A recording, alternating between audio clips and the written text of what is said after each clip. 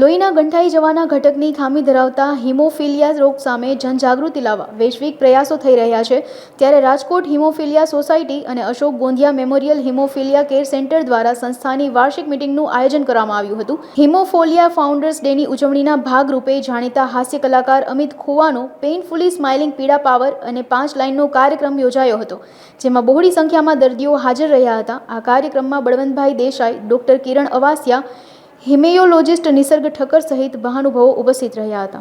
Haemophilia society Rajkot ચેપ્ટરની આજે 25મી AGM annual general meeting નિમિત્તે અમે આજે ફાઉન્ડર્સ ડેનું ઉજવવાનું એક આયોજન કરેલ છે. એટલે તમામ હિમોફિલિક તેના વાલીઓ અત્યારે સંસ્થામાં ઉપસ્થિત છે અને સાંજે અમે અમારા જ એક હિમોફિલિક અમિત ખુવા જેઓ અમદાવાદ રહે છે તેઓનો એક કોમેડી શોનું આયોજન કરેલ છે હિમોફિલિયા જનજાગૃતિ માટે.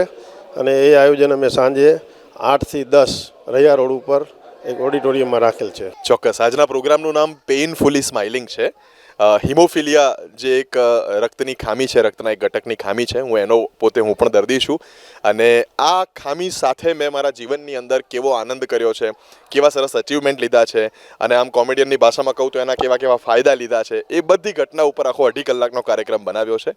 ગુજરાત રાજ્યના 44 શહેરોમાં અમે આ પ્રોગ્રામની યાત્રા લઈને નીકળ્યા છીએ, જે ગુજરાતની નહીં પણ વિશ્વની કોઈ પણ ડોમેસ્ટિક ભાષાની કોમેડીની જે ટૂર હોય, યાત્રા હોય, એની સૌથી મોટી યાત્રા છે, એવો આપણે આ રેકોર્ડ સ્થાપિત કરવાના છે. એના ભાગરૂપે આજે રાજકોટમાં આ પ્રોગ્રામ છે. બિલકુલ. એટલે એમાં કેવું છે કે મેં ઘણા વર્ષોથી હું દર 2-2.5 વર્ષે એક નવો વિષય લઈને હું એની ટૂર ઉપર નીકળું, નવું કોન્ટેન્ટ, નવા જોક્સ બનાવું. એટલે મેં મારા પ્રેમ પ્રકરણો વિશે એક મસ્ત મજાનો 2 કલાકનો કાર્યક્રમ બનાવેલો, મારા મા બાપ ઉપર એક સરસ જોકનો આખો કાર્યક્રમ બનાવેલો. એટલે આ વખતે 4 વર્ષની મહેનતથી મને એવું લાગ્યું કે હું એવી વાતો કે જીવનમાં એક નાનકડો 2 કલાક માટે કિસ્સો ઘટ્યો હોય ને એની ઉપર આપણે 2 કલાકના જોક્સ બનાવી દેતા હોઈએ, તો આ તો એક એવી ઘટના છે. હિમોફિલિયા મારા જીવનનો એક એવો અતૂટ હિસ્સો છે કે હું જન્મ્યો એક ક્ષણથી આની સાથે છું.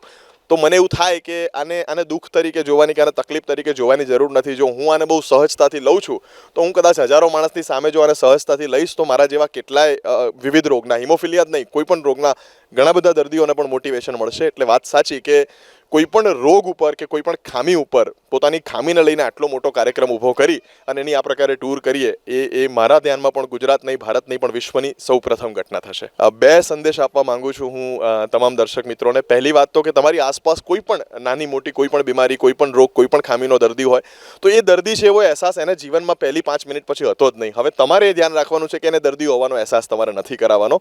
મેક ઇટ મોર રિયલિસ્ટિક કે એને માણસ પહેલા તરીકે તમે જુઓ.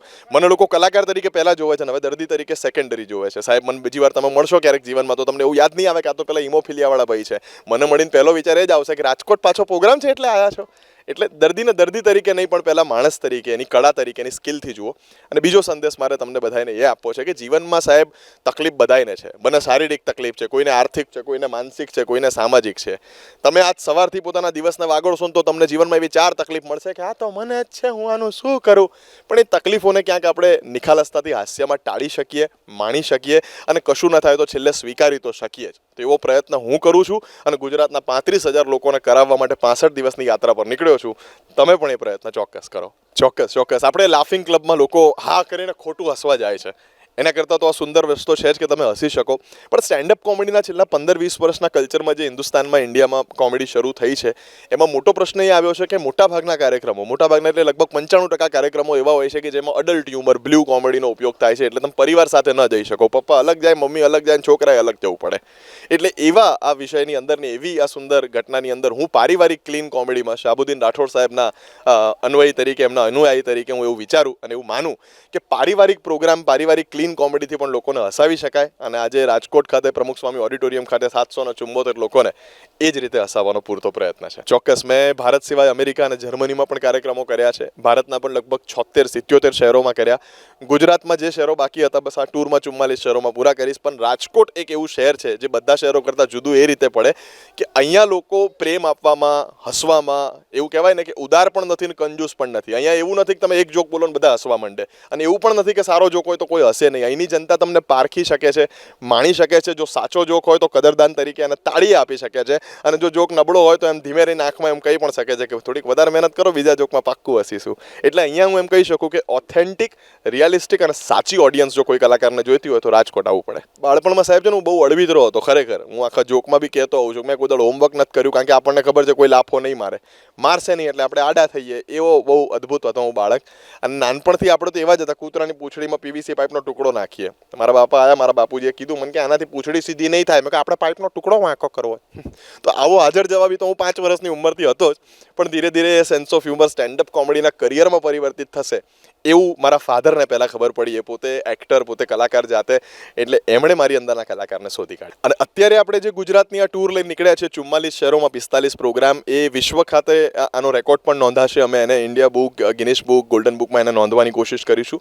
કેફે કોમેડી દ્વારા પ્રસ્તુત છે, કાકા પીવીસી દ્વારા સ્પોન્સર્ડ છે. અને અમારો રાજકોટનો આજનો પ્રોગ્રામ છે, એમાં હું સૌથી મોટું નામ લઈશ હિમોફિલિયા સોસાયટી રાજકોટ ચેપ્ટર, કે જેમણે આ બધા જ હિમોફિલિયાના અમારા બ્લડ બ્રધર્સ, અમે લોહીના સગા કહેવાય ને, બ્લડ બ્રધર્સ સુધી મને પહોંચવા માટે રાજકોટમાં એક માધ્યમ પૂરું પાડ્યું છે. તો એ બધાનો આભારી છું. મારું નામ ડૉક્ટર સોનલ સાકરિયા અને હું હિમોફિલિયા સોસાયટી રાજકોટમાં સેક્રેટરી તરીકેની ફરજ બજાવું છું. અહીંયા અમારે વિમેન્સ ગ્રુપ એક્ટિવ છે ખૂબ જ. અમારી સાથે સપોર્ટિવ વિમેન્સ ગ્રુપ છે, જે યોગા અને એરોબિક્સની બહેનો હોય છે, જે દરેક તહેવાર, જે હિમોફિલિયાના દરેક કાર્યક્રમમાં અમારી સાથે હોય છે.